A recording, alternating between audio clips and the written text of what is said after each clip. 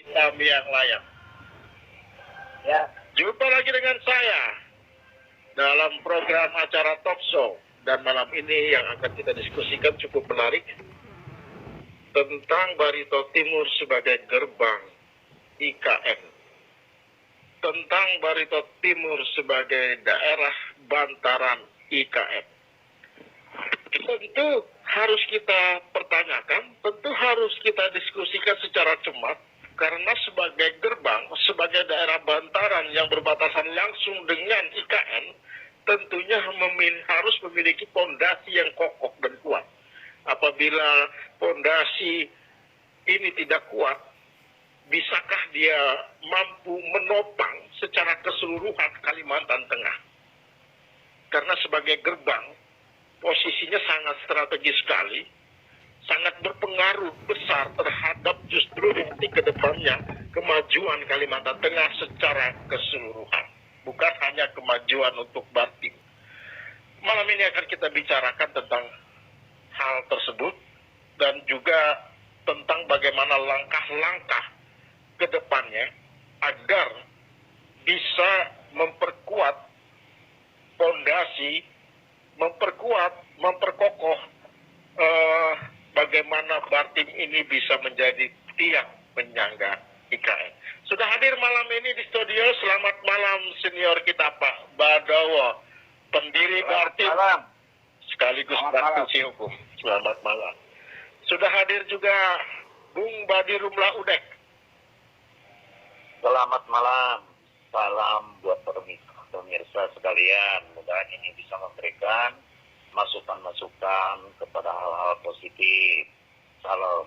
Oke, hadir juga malam ini Ketua LP KPK Barito Timur, Bung Erwin Nakalelo atau Bung Ahok Bartim.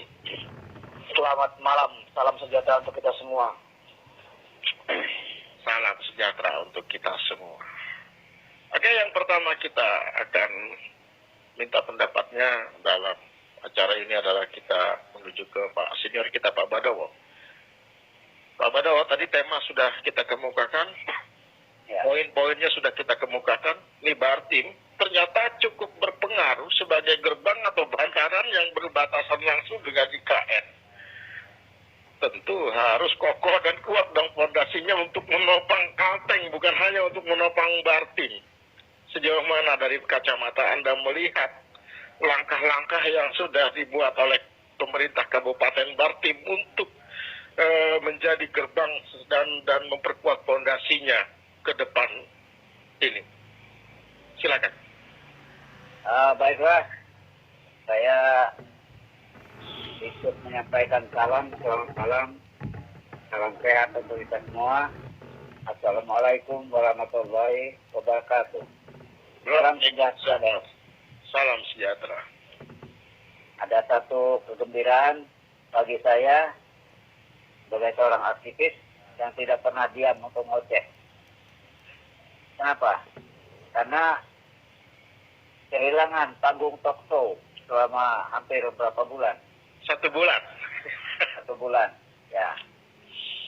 Banyak yang bertanya, ada apa ini Pak Badowo? Saya bilang, mungkin masalah teknis dan lain sebagainya. Nah, jangan-jangan katanya, jangan-jangan katanya. Saya petis itu angin. Wah, saya bilang jangan gitu dong. Saya tetap bersuara lantang. Dan saya tidak pernah masuk angin. Nah, katanya kawan yang lain bagaimana? Saya bilang mungkin sama aja. Bukan masalah itu, mungkin masalah teknis. Jadi mereka bertanya terus. Talk show-nya mandat katanya. Itu yang jadi pemikiran saya juga. Jadi kita patut berterima kasih, bersyukur pada yang kuasa bahwa talk show kita mulai lagi. Ya. Yang itu ada atas jerih payah teman-teman di sana, terutama Bung Yandi dan kawan-kawan di sana. Terima kasih. Nah, menyimak apa yang disampaikan, saya baca di grup kita bahwa Bartim sebagai tiang penyangga IKN dan pengaruhnya bagi kemajuan Kalteng secara keseluruhan. Kalau kita membaca judul ini sangat wah gitu, wah. Apa wah? Karena begitu. Ya, judulnya itu wah, sangat menarik. Dan memang tidak salah. Justru sangat tepat. Kenapa? Karena Bartim ini sendiri langsung berbatasan dengan Kabupaten Tanah Grogot. Langsung berbatasan di sana dia. Perbatasannya juga di dekat ini Gunung Rambutan. Jadi sebetulnya tepat. Nah, persoalannya sekarang adalah antisipasi kita menghadapi pembangunan IKN. Nah, sekarang sudah dimulai. Kalau ditanya apa saja persiapan kita, ini yang jadi pertanyaan saya juga. Karena saya belum melihat secara faktual apa sih persiapan kita sebagai penyangga IKN yang paling dekat selain Kabupaten Tabalong. Jadi persoalannya adalah memang keseriusan pemerintah Kabupaten Batu Timur untuk mempersiapkan diri. Nah, mempersiapkan diri dalam hal apa? Dalam banyak hal. Pertama, penyangga IKN itu salah satu kita yang harus kita persiapkan adalah apa yang bisa kita berikan sebagai kontribusi kepada IKN. Wah, itu. Karena terus terang, IKN itu pasti membutuhkan berbagai macam kebutuhan. Antara lain pangan. Ini yang paling utama. Nah, sekarang untuk persiapan kita, misalnya penyangga, dari aspek pangan, apa yang sudah kita persiapkan? Ya, Apa yang sudah kita... saya dengar malah menurun produksi gabah kita di tahun 2021. Bagaimana produksinya? Produksi gabah menurun. Dalam 10 tahun terakhir yang kita menjadi swasembada penghasil beras, artinya tidak perlu memikirkan dari luar beras. Tahun 2021 kemarin itu menurun produksi gabahnya menurut data. Mungkin itu ada alasan-alasan tertentu mungkin ya. Mungkin ada bencana alam dan lain sebagainya mungkin ya. Saya tidak bisa melihat ke sana. Sebab untuk Barito Timur, apapun yang terjadi, kita memang adalah orang-orang atau kabupaten yang memang betul-betul bisa menjadi penyangga. Dan apa yang bisa menjadi kontribusi kita untuk IKN, itu yang perlu dipikirkan oleh pemerintah kabupaten. Berarti belum ada melihat langkah-langkah ke depan ini untuk bagaimana membuat sebuah fondasi yang pokok sebagai tiang penyangga untuk Bartim dari pemerintah sendiri, pemerintah kabupaten sendiri ya, kalau menurut senior ya. Ini apa saya sebenarnya ya? Saya terus terang belum melihat loh. Terus terang saya belum melihat. Kalau katanya kemarin ada misalnya tanam jagung dan lain sebagainya, apakah ada laporannya keberhasilan tanam jagung itu kemarin sampai di mana? Jong. Nah itu persoalan. Jadi kita Jong ya. Nggak usah lah berbicara ayam itu sudah ditangkap musang semua itu. Oke, sudah. Kita sudah dapat poinnya nih. Sebentar, kita sudah dapat poinnya. Belum. Saya tambah sedikit saja. Ya. Sedikit lah. Nah, saya kilas balik ke Bartim masa lalu. Pada tahun 2006, saya diutus ke Jakarta oleh Bupati. Dan ada surat tugas saya, masih ada saya simpan, untuk menemui Menteri Dalam Negeri. Dalam hal ini adalah bagian monitoring dan evaluasi. Kenapa? Karena pada 2005 gencar diberitakan di koran, termasuk di koran misalnya di Kalteng Post dan lain sebagainya, bahwa Bartim salah satu calon Kabupaten Pemekaran yang akan dicoret. Nah, waktu itu saya mencak-mencak dengan Pak Bupati, waktu itu Pak Jain Alvin. Apa benar begini? Terus Pak Jain bilang jangan dulu kecewa, coba dulu dicek yang benar. Nah, lalu beliau langsung menugaskan saya sebagai ketua komite pembentukan kabupaten waktu itu di Jakarta, dan saya menemui Dirjen Otonomi Daerah, dan saya disuruh menemui Direktur Monitoring dan Evaluasi. Nah, waktu saya tanya, dia tanya surat tugas saya, dia tanya apa kapasitas saya jelaskan semua. Oh iya katanya, Berarti Bapak boleh katanya melihat. Kalau dia buka di komputer, di Deadline, dia perlihatkan. Kita lihat mana Bartim ini. Jadi waktu dilihat Bartim, ternyata Bartim itu ada di urutan teratas untuk kemajuan pembangunan waktu itu. Ada di urutan teratas ya. Teratas ada. Ya. Catatan saya ada waktu itu. Dan itu saya laporkan ke Bupati dan juga tembusannya ke Gubernur waktu itu. Oke, sebagai perbandingan nanti senior ke Jakarta lagi dong, sekarang ini tuh urutan keberapa gitu? Aduh, nggak berani ya. Saya takut malu nanti. Jangan Kak, jangan. Oke. Ya malu nanti ya. Oke. Jadi, Kita menuju Bung Badi Rumla Udek. Bung Badi. Iya, mungkin sudah agak jelas ya. Ada pertanyaan sedikit dari saya. Tadi Iya.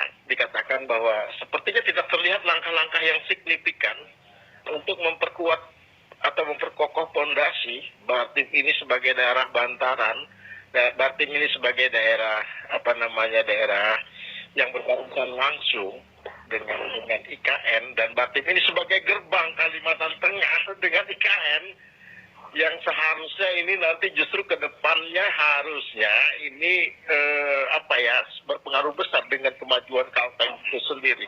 Apabila melihat langkah-langkah ini tentu harus bisa melakukan yang namanya pemimpin ini melakukan sebuah terobosan, sebuah inovasi, bekerja sama dengan baik dengan pemerintah provinsi, dengan pemerintah pusat. Apakah ini Anda melihat terobosan-terobosan yang sudah dilakukan sebagai pemimpin daerah ini untuk memperkuat fondasi sebagai Bartim menjadi daerah gerbang yang berpengaruh besar pada Kalimantan Tengah? Oke, baik. Ini jika pendapat saya dengan saya melihat perkembangan di Bartim sendiri, apa yang sudah dilakukan oleh Bupati sekarang sebenarnya mengarah menuju ke sebagai tiang atau penyangga. Cuman sayangnya tidak sinergi. Jadi satu gerakan yang sifatnya membludak ke sana kemari, tetapi tidak sinergi. Tidak berencana secara matang ya? Iya, belum matang. Jadi pertanyaannya begini, pemahaman saya begini. Bartim ini sebenarnya seperti yang tadi disampaikan oleh Pak Badowo, dengan potensi yang cukup besar, apalagi zaman Pak Jain, cukup banyak investor atau pengusaha luar yang diundang untuk membangun Bartim. Cuman pada saat itu tidak terarah untuk penataan jalan atau fasilitas sarana. Nah, ini contohnya sebenarnya sudah dilakukan oleh Pak Ampera sebenarnya pada zaman sekarang ini dengan melakukan terobosan kegiatan lintas provinsi dari Patung sampai ke arah tembus ke Tanjung. Karena akses menuju IKN itu hanya yang cepat adalah itu, Bang. Oke. Itu, Bu. Cuman saya lihat untuk bisa dengan tema bahwa Bartim sebagai tiang penyangga IKN, pengaruhnya bagi kemajuan Kalteng secara keseluruhan, ini saya lihat kompleksitasnya cukup kompleks gitu. Artinya bahwa tidak hanya dari kabupaten yang serius untuk penanganan hal untuk akses jalan sarana. Bahkan dari provinsi sendiri menganggap sepele, padahal saya sudah ada melihat perkembangan bahwa dari Truk Cahu, Moratewe, itu sudah membuat akses jalan menuju Loknaga, arah Kalimantan Timur, yang lebih dekat lagi. Akses badan jalan loh. Nah, kalau kita tidak segera mengefektifkan atau mengaktifkan segera jalan akses kita. Jauh, kita berpikir hebat pun pertanian kita, misalnya di Tambulung, kita mekarkan, di Plantau kita kencangkan, kemudian di Rentetua kita kencangkan penanaman susu kemana Pak? Masa pakai pesawat ngirimnya? Oke. Untuk pertumbuhan pertanian itu kan segala halnya dalam bulan dia bisa bulan terlihat. Sekarang kalau akses jalan tidak direncanakan, tidak diperbaiki, percuma difokuskan utang darat melalui pemerintah, kita semburkan usaha-usaha seperti itu karena akses sendiri tidak sinergi. Yang saya bingung nih dari tadi nih, analisis Anda nih, pencermatan yang Anda lakukan. Ini sebenarnya adalah sebuah kegagalan yang dalam perencanaan sangat tidak matang. Apakah Anda ingin mengatakan bahwa ini faktor kepemimpinan? Saya bilang dari tadi bahwa ini kompleks. Jadi saya tidak bisa mengatakan bahwa ini adalah kesalahan dari kabupaten saja. Ini bahkan provinsi. Sebentar. Tidak memperhatikan. Apakah Bung Badirum Laudek pernah melihat sebuah desain proposal Bartim untuk bisa mengajukan sebuah fondasi ke pemerintah provinsi dan ke pemerintah pusat? Langkah-langkah ini sudah ditempuh belum? Sebuah desain proposal untuk bagaimana Bartim ke depan menjadi sebuah gerbang bantaran kemajuan Kalteng. Masalahnya kan yang paling tahu Bartim ini kan pemerintah kabupatennya. Jadi desain proposal itu sudah harus dibuat. Saya belum pernah mendengar nih. Iya, betul. Makanya desain-desain secara ilmiah harusnya diolah, Bung Yandi. Kenapa saya bilang? Jadi kalau kita misalnya menggantungkan faktor ke pemerintah pusat sudah berusaha mungkin ya bagaimana pemerataan keadilan untuk pembangunan yang penyangga daerah IKN. Dan itu kan pernah kemarin untuk food estate ya pernah diwacanakan di daerah Barito Timur. Tapi kok sampai sekarang belum jalan-jalan ya, ada kendala apa? Sementara daerah lain udah jalan gitu loh. Iya, betul. Jadi Bung Yandi, saya juga nggak bisa menyalahkan bahwa ini juga dari bupati atau dari kabupatennya, pemerintahan kabupaten. Karena ini sebenarnya sinergisitasnya adalah bersama pusat juga. Harusnya pusat dan provinsi juga bersama-sama, karena ini adalah kepentingan Kalimantan Tengah. Karena dia adalah tiang penyangga IKN yang sangat dekat dengan posisi IKN nanti. Ya, tapi harusnya sudah pernah dibuat sebuah desain proposal itu sebagai tiang penyangga ini gitu loh. Ya, itu kan artinya dari kabupaten tidak jeli. Mereka hanya memfokuskan setiap dana untuk peningkatan langsung kepada objek langsung tanpa dia memikirkan akses pemikiran ini. Harusnya kan sinergi. Nah, memang dia mikirkan, tetapi semua dana itu digunakan hanya untuk pengembangan tingkat kesejahteraan melalui peningkatan pertanian dan peternakan. Tetapi untuk akses, dia tidak pikirkan. Oke, kita tahan dulu ya. Kita tahan dulu. Iya, suara di sini sepertinya agak nyaring nih, bisa dipelanin ya. Iya, Bisa dipelanin, suara televisi ya. Oke, kita ke Bung Erwin dulu. Halo, Bung Erwin. Halo. Siap. Bung Erwin. Iya. Anda, saya dengar baru terpilih sebagai Ketua LPKPK. Bisa jelaskan sedikit nggak ke masyarakat apa itu LPKPK? Oke, siap. Terima kasih. Saya sangat berterima kasih sudah dipercaya menjadi ketua tim LPKPK Barito Timur, yaitu di mana LPKPK adalah suatu organisasi kemasyarakatan yang independen. Artinya dia lembaga. Lembaga di sini yang tupoksinya adalah sebagai pengawas, pemantau, hingga menindaklanjuti. Singkatan Pengawas lembaga lembaga pengawas kebijakan pemerintah dan keadilan. Lembaga Pengawas Kebijakan Pemerintah dan Keadilan. Oke, saya Betul. kebijakan pemerintah. Betul. Tadi sudah dikemukakan nih, ya, sebagai gerbang ya, IKN. Maka ini faktor kepemimpinan cukup menentukan, walaupun sebenarnya ini juga perlu dukungan dari pemerintah pusat dan pemerintah daerah, kata Bung Udek. Ya kan? Betul. Jadi tidak sebagai satu kesatuan.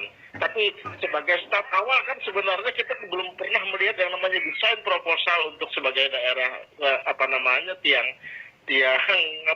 penyangga gitu loh. Betul. Maksud saya begini, seharusnya kan kita memiliki sudah melakukan pemetaan ya.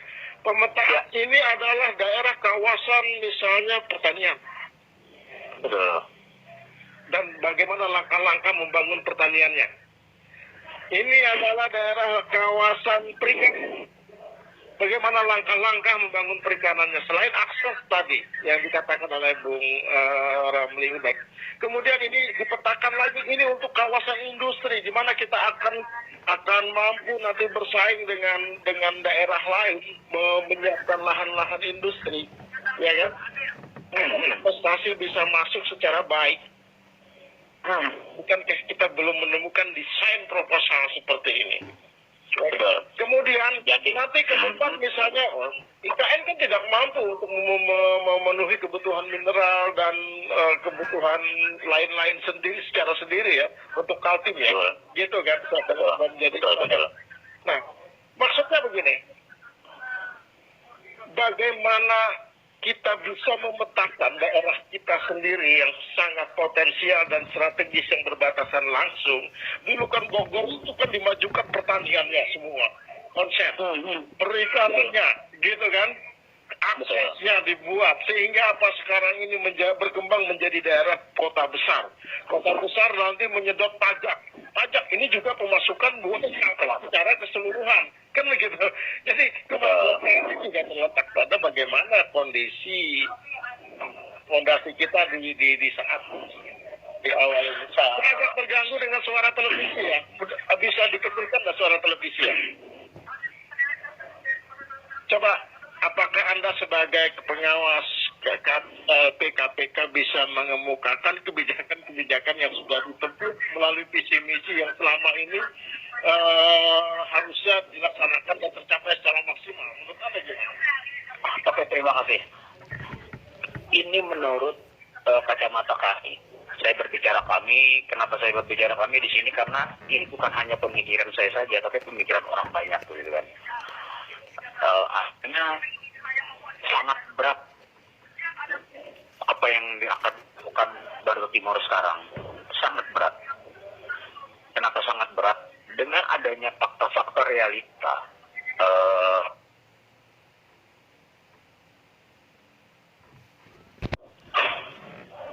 Sangat sulit. Sangat sulit. Karena apa? Banyak kebijakan pemerintah yang saya rasa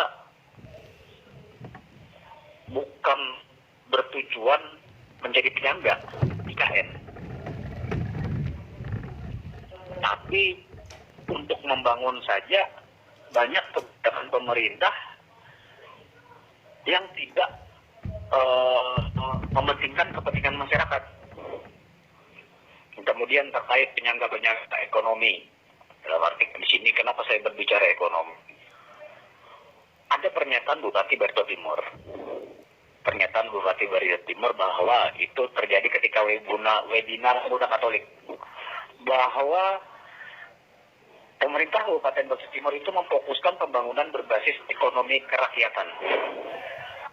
Ketika berbicara ekonomi kerakyatan, seperti yang disampaikan kakek saya tadi, sudah berjalankah semua ini dengan yang diinginkan?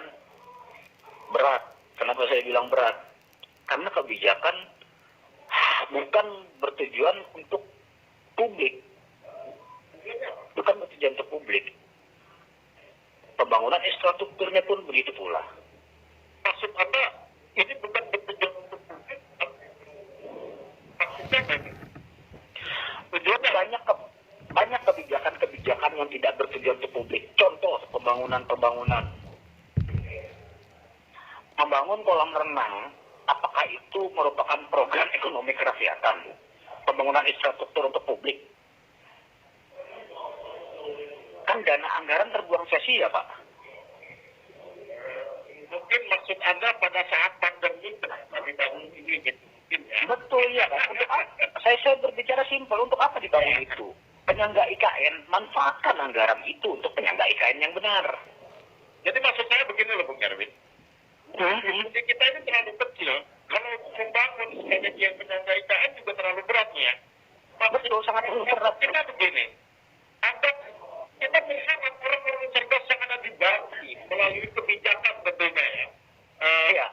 Melalui kebijakan yang dibantu dengan kebijakan. Harusnya ada di tidak memanfaatkan sistem itu menjadikan sumber anggaran gitu loh. Yang misal seperti kabupaten yang lain ada potensi, mereka sudah jalan gitu kan, nah, mereka sudah siap gitu kan. Ya. Bahkan gimana siap? Karena itu saya bilang berat. Karena kebijakan pemerintah ini, saya bilang tadi simpel, sudah untuk masyarakat publik Bartim sendiri kah? Nanti dulu kita berbicara ke IKN. Kalau temanya IKN gini. Temanya IKN. Halo? Ya, karena temanya IKN, ya kan? Kalau mungkin masyarakat sudah tahu betul ya anggaran kita ini rendah nih, ya kan? Iya. Visi misi dalam seminar kemarin juga sudah tahu kan hasil kesimpulannya bahwa sebetulnya penugasnya sudah 19. Karena itu saya berbicara kemarin kan, sudahkah? Bercermin dulu, gitu kan? Saya simpel berbicara, bercermin dulu. Ketika kita berbicara program untuk IKN, untuk masyarakat Bartim saja sudahkah? Untuk masyarakat Bartim sendiri pun masih potang-panting. Karena apa? Banyak masalah yang belum diselesaikan, menimbulkan masalah baru, timbul masalah baru. Itu saya tidak mau berbicara bidang A, B, C, semua bidang. Semua ya, semua bidang. Ini dari sudut pandang LPKPK. Putus-putus suaranya. Maksud saya itu sudah dari sudut pandang LPKPK semua bidang sudah kan. Halo, Bung Yandi. Maksud saya semua bidang yang ada untuk melakukan pembangunan berdasarkan sumber anggaran biaya APBD ya berdasarkan visi misi itu Anda katakan gagal. Apakah ini dari sudut pandang LPKPK? Betul, dari sudut pandang kita. Kenapa berbagai bidang? Oke, berbicara baik. Pembangunan, infrastruktur. Infrastruktur pembangunan. Pemerintah Provinsi Kalimantan Tengah sudah menyiapkan anggaran 20 miliar untuk peningkatan jalan Hayatin Tatung. Sama seperti yang saya menyambungkan Bung Udek tadi ya, Badi tadi. Tahun 2002, pemerintah Provinsi Kalimantan Tengah sudah menganggarkan sebesar 20 miliar untuk peningkatan jalan Hayatin Tatung. Kemudian bidang pertanian, peternakan, mana hasilnya? Pengadaan ayam, pengadaan sapi, beras saja kita mengalami surplus ya. Selain infrastruktur juga Kerta Timur juga ya, sebagai penyangga pangan IKN mengalami surplus beras. Kita tahun 2021 tidak surplus.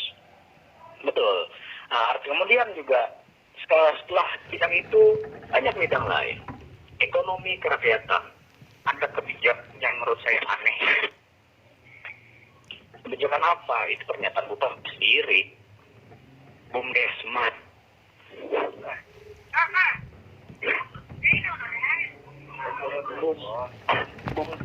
Itu adalah BUMDes bersama. Kenapa lebih mengutamakan BUMDesmat baru BUMDes? Anggaran ada. Maksud Ini realita. Maksud Anda ini di desa. bukan Di desa kebijakan desa. Ini bukan kebijakan desa. Maksud Anda, BUMDesmat ini. Halo? Ya, maksud Anda ini bukan kebijakan dari desa. Bukan kebijakan desa. Karena itu saya bilang kebijakan pemerintah. bukan kepada publik. Iya. Oke. Itu BUMDes bersama itu di bawah BUMDes. Tapi ini apa? Mau utamakan BUMDesmas dulu baru BUMDes. Salah aturannya. Banyak yang mengusulkan seharusnya kemarin kenapa nggak pakai digunakan putus aja ya? Putus. Maksudnya kenapa kemarin tidak menggunakan sarana untuk membangun pertasok gitu ya? Halo. Maksudnya kenapa tidak menggunakan dana itu untuk membangun pertasok ya? Itu lebih bisa terhitung. Pertasok itu adalah program 3 kementerian loh. 3 kementerian dan lebih difokuskan kemana? BUMDes. Tapi realitanya Pertasok di sini 90% siapa yang menguasai? Baik. Realitanya Ayo kita buka data. Ayo. Ya. Selain Dayu dan Tanjung Epat hotelnya. Maksud Anda Bung Erwin, realitanya siapa yang menguasainya ini jangan sampai terlalu bersayap di kalimat nih. Masyarakat nebak-nebak nanti nih. Iya kan? Itukah kebijakan untuk masyarakat sebagai penyangga IKN nanti? Pusat. Apakah itu akan menjadi bisnis dinasti untuk mendekati IKN? Oke, baik. Semakin menarik. Oke, kita koma dulu. Putus. Ya. Bung sudah hadir bersama kita Pak Haji Cilik Menjasri, legislator kita. Pak Cilik, selamat malam. Ya. Assalamualaikum. Selamat malam. Sudah jelas Pak. Assalamualaikum warahmatullahi wabarakatuh. Iya, lama tak jumpa kata orang. Iya. Selamat Sunda. Pak Cilik, boleh bertanya nih. Di Bartim kan daerah yang berbatasan langsung dengan IKN. Sebagai daerah bantaran, harusnya menjadi salah satu tiang penyangga yang harus berkembang cepat. Tapi menurut Pak Cilik sebagai daerah tiang penyangga IKN, langkah-langkah apa saja yang sudah dilakukan pemerintah daerah Kabupaten Barito Timur nih, beserta jajarannya? Silakan Pak Cilik. Terima kasih Bung Yadi. Artinya untuk BUMDes sampai saat ini belum ada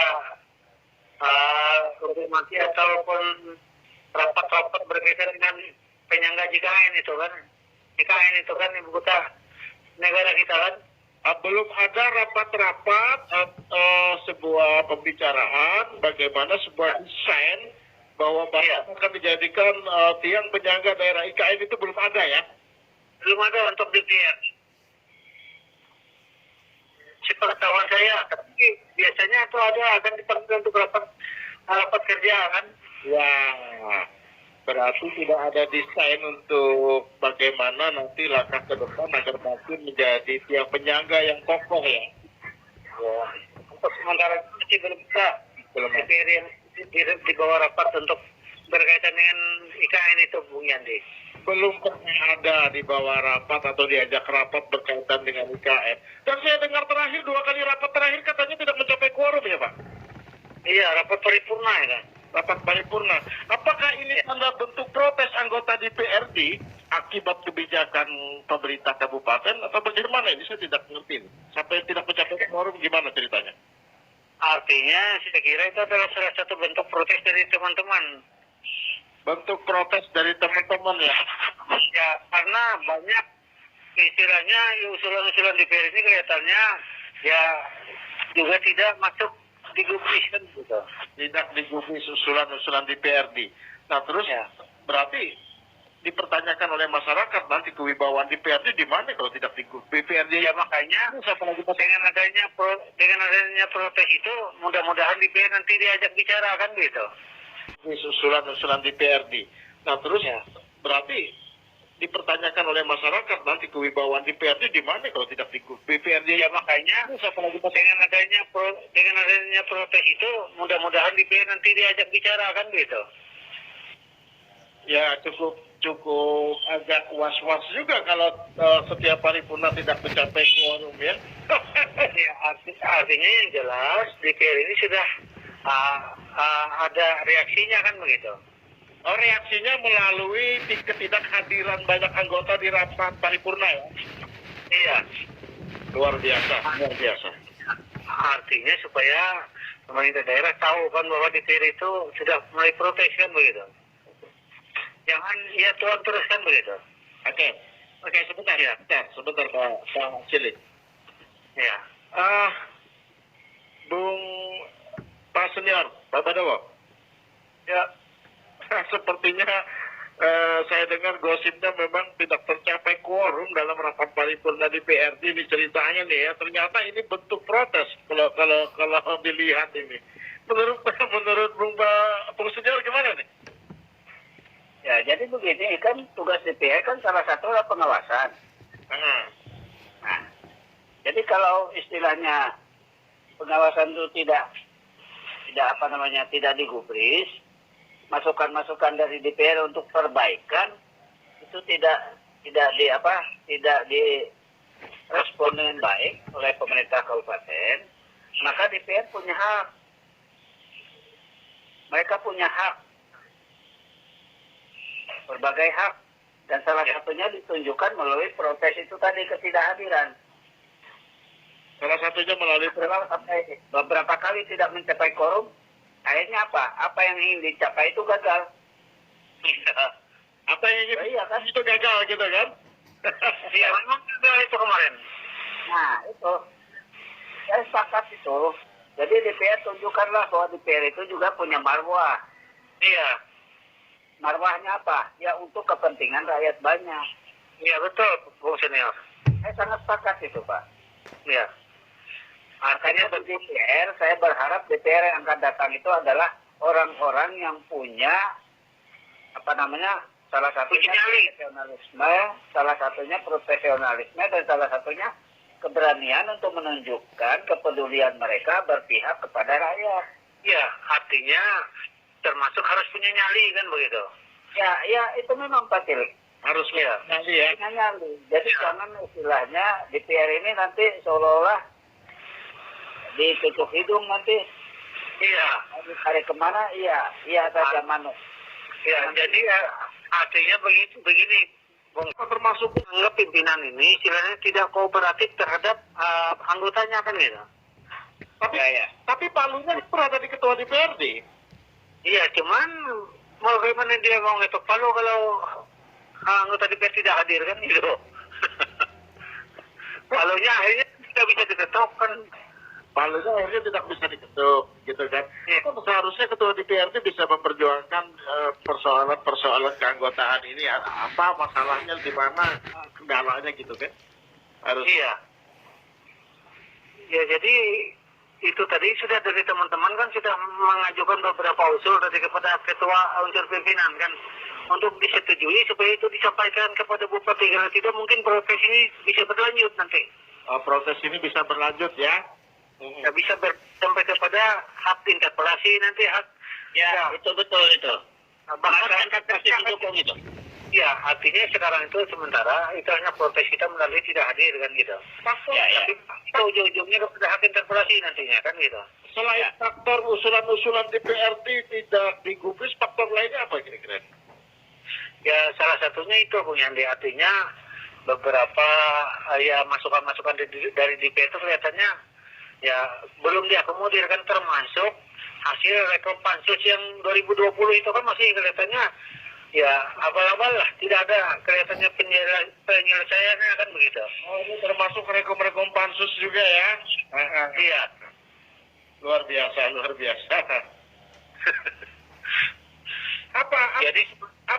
Apa bentuk rekomendasi yang harus disampaikan kepada pemerintah kabupaten karena adanya protes ini? Apa saja ini?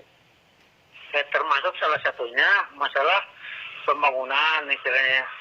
Pembangunan kalau sudah ada program kerja jangan sampai gagal program kerja itu kan gitu. Ya, termasuk artinya kita menginginkan antara RPJMD dengan RKP dari tiap OPD itu harus sinkron, termasuk kepada kita minta tadi waktu rapat kerja tadi termasuk kepada serapan anggarannya, jangan sampai pada akhir tahun banyak silpa kan gitu. Pak kita jangan sampai banyak silpa, itu tepat sekali. Pak Cilik, kan Ya. terlalu jauh nih, di ujung periode kita bicara interpelasi, waktunya hampir tidak sempat nih kan. Kalau tidak percaya dengan ketua DPRD, kenapa tidak ajukan mosi tidak percaya mereka? Ya, artinya yang jelas kita lihat ini, kalau memang beliau tidak merespon apa-apa yang diusulkan dari semua anggota ini, saya kira salah satunya itu juga nanti bisa sampai terjadi kan gitu. Bisa jadi sampai terjadi ya. Ya. Oke, Pak pengamat hukum kita nih, Pak praktisi hukum senior kita Pak Badowo. Ya. Ada kemungkinan diajukan mosi tidak percaya? Loh, sepanjang itu memang tidak direspon secara baik oleh pihak eksekutif, makanya itu hak DPR itu sudah ada, diatur dalam undang-undang. Hak interpelasi, hak angket, dan hak menyampaikan pertanyaan atau pendapat. Jadi kalau sudah beberapa kali itu gagal, tidak memenuhi quorum, itu bisa saja mengakibatkan munculnya hak interpelasi. Kira-kira nih Pak, Dan itu dijamin oleh undang-undang, ya, itu jamin umum sudah diatur. bisa boleh ya, Jadi mengajukan mosi tidak percaya boleh ya, bisa, boleh. bahkan sampai interpelasi. Bahkan kalau di tempat lain, kalau itu sudah tidak bisa lagi ditoleransi oleh DPR, itu bisa muncul yang namanya impeachment Oke, ujung-ujungnya. ujungnya businessman nanti. Ya, kita ingat Bupati Garut, kita ingat Bupati Kasongan, kan sudah ada untuk hal-hal yang memang memberatkan kepada pihak eksekutif. Dan itu sekali lagi diatur dan dijamin oleh undang-undang. Jadi bukan kemauan orang per orang atau kelompok, tidak. Ya, Dan memang ada syarat-syaratnya untuk hal-hal seperti itu. Dan kalau itu memenuhi syarat, tidak salah diajukan. Kan begitu. tidak salah ya. Oke, Tidak salah. Karena apa? DPR juga harus menekankan haknya. Jangan hanya menekankan fungsi. Karena saya perhatikan, mohon maaf, mohon izin Pak Haji Cilikman, bahwa saya melihat, mengamati di Batu Timur ini terlalu banyak mengedepankan fungsi. iya, Ya, tetapi hak jarang sekali dipergunakan. iya. Dan selama Batu berdiri 20 tahun ini, tidak pernah DPRD Kabupaten Batu Timur itu menggunakan hak mereka. Oke, Salah iya. satu haknya apa? Oke, Saya interpelasi, angket, dan hak mengajukan pendapat. Mengajukan pendapat dari miring pertanyaan. ya, oke. Baik, baik. Itu hak loh Pak Haji Cilik kata Bung Senior. Tapi Iya. saya tetap salut dengan Pak Haji Cilik ini kalau bersuara belak-belakan, dia tidak mau sembunyi-sembunyi. Belak-belakan, dia tidak mau sembunyi-sembunyikan hal-hal yang harus disampaikan kepada masyarakat. Ini bukan main politik-politikan. Memang ranahnya adalah ranah politik, tapi Pak Cilik tidak mau ini politikin gitu. Kepada masyarakat, gitu kan. Pak, kami cukup kaget bahwa bentuk protes anggota DPRD ini bukan hanya kepada pemerintah kabupaten, tapi juga kepada pemegang palu DPRD. Kira-kira begitu. Pemegang palu DPRD, kok bisa ya? Apa saja sih bentuk kekecewaan yang anggota DPRD ini sebenarnya kepada pemegang palu DPRD ini sendiri?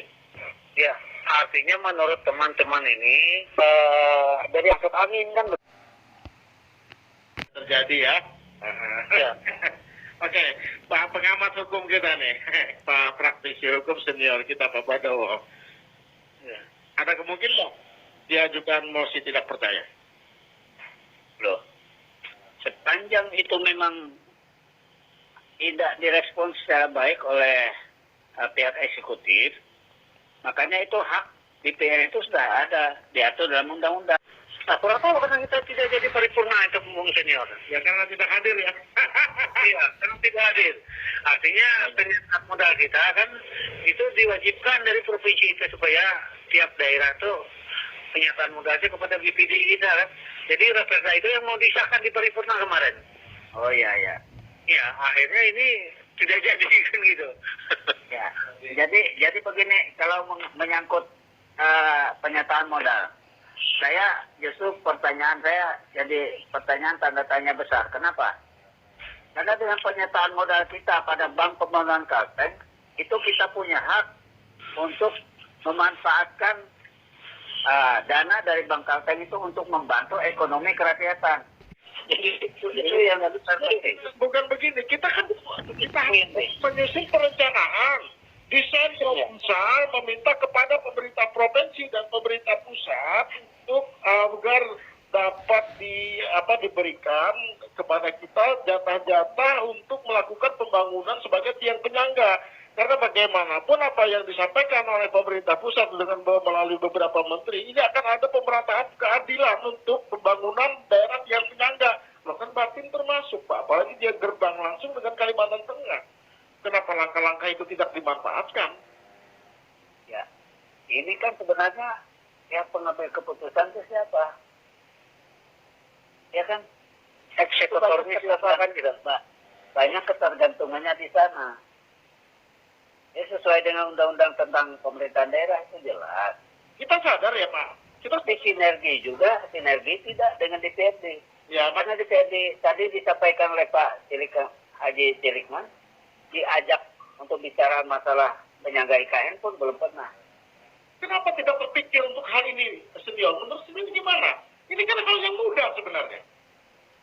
Betul. Tapi hal yang mudah untuk kita, belum tentu mudah untuk mereka. Ya kan?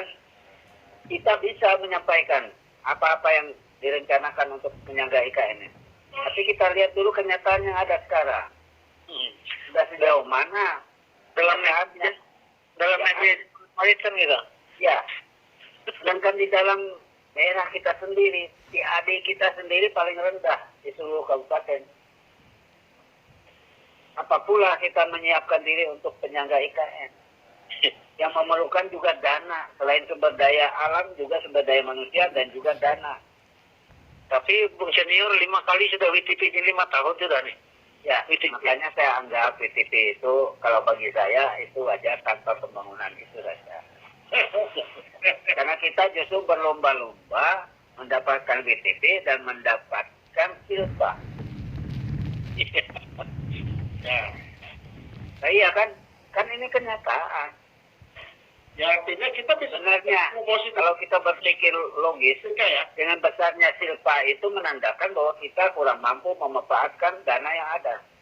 Kalau menurut saya nih ya, kalau boleh berkomentar, kalau 5 kali WTP itu gagal, seharusnya jangan 5 kali. 1-2 kali WTP kita menuju wilayah bebas korupsi WBK. Harusnya itu. Kalau tuh WTP terus itu namanya tidak ada peningkatan.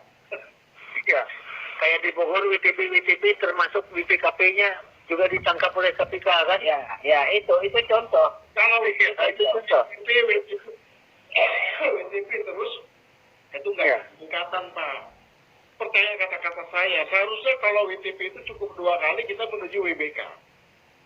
Itu ideal. Jadi begini, jadi WTP yang kita alami itu sama sekali istilahnya hal-hal yang patut dipertanyakan. Kok bisa? Memang alasannya WTP itu tidak ada hubungan dengan kesejahteraan masyarakat. Lalu apa bangganya kita dengan WTP? Ya, zaman Pak Jain Hakim nggak ada WTP, tapi pembangunan tetap berjalan. Masyarakat tetap punya rasa Ya, memiliki. ada rasa ya. Ada rasa. Ya, ada rasa memiliki. Rasanya beda ya. Pemerintah yang dapat WTP tapi perasaan rakyatnya ada gitu kan. Ya makanya PTP, tapi kenyataannya morat-marit masyarakatnya. Ya memang itu tidak ada hubungan dengan kesejahteraan. Lalu apa sih bangganya kita dengan PTP?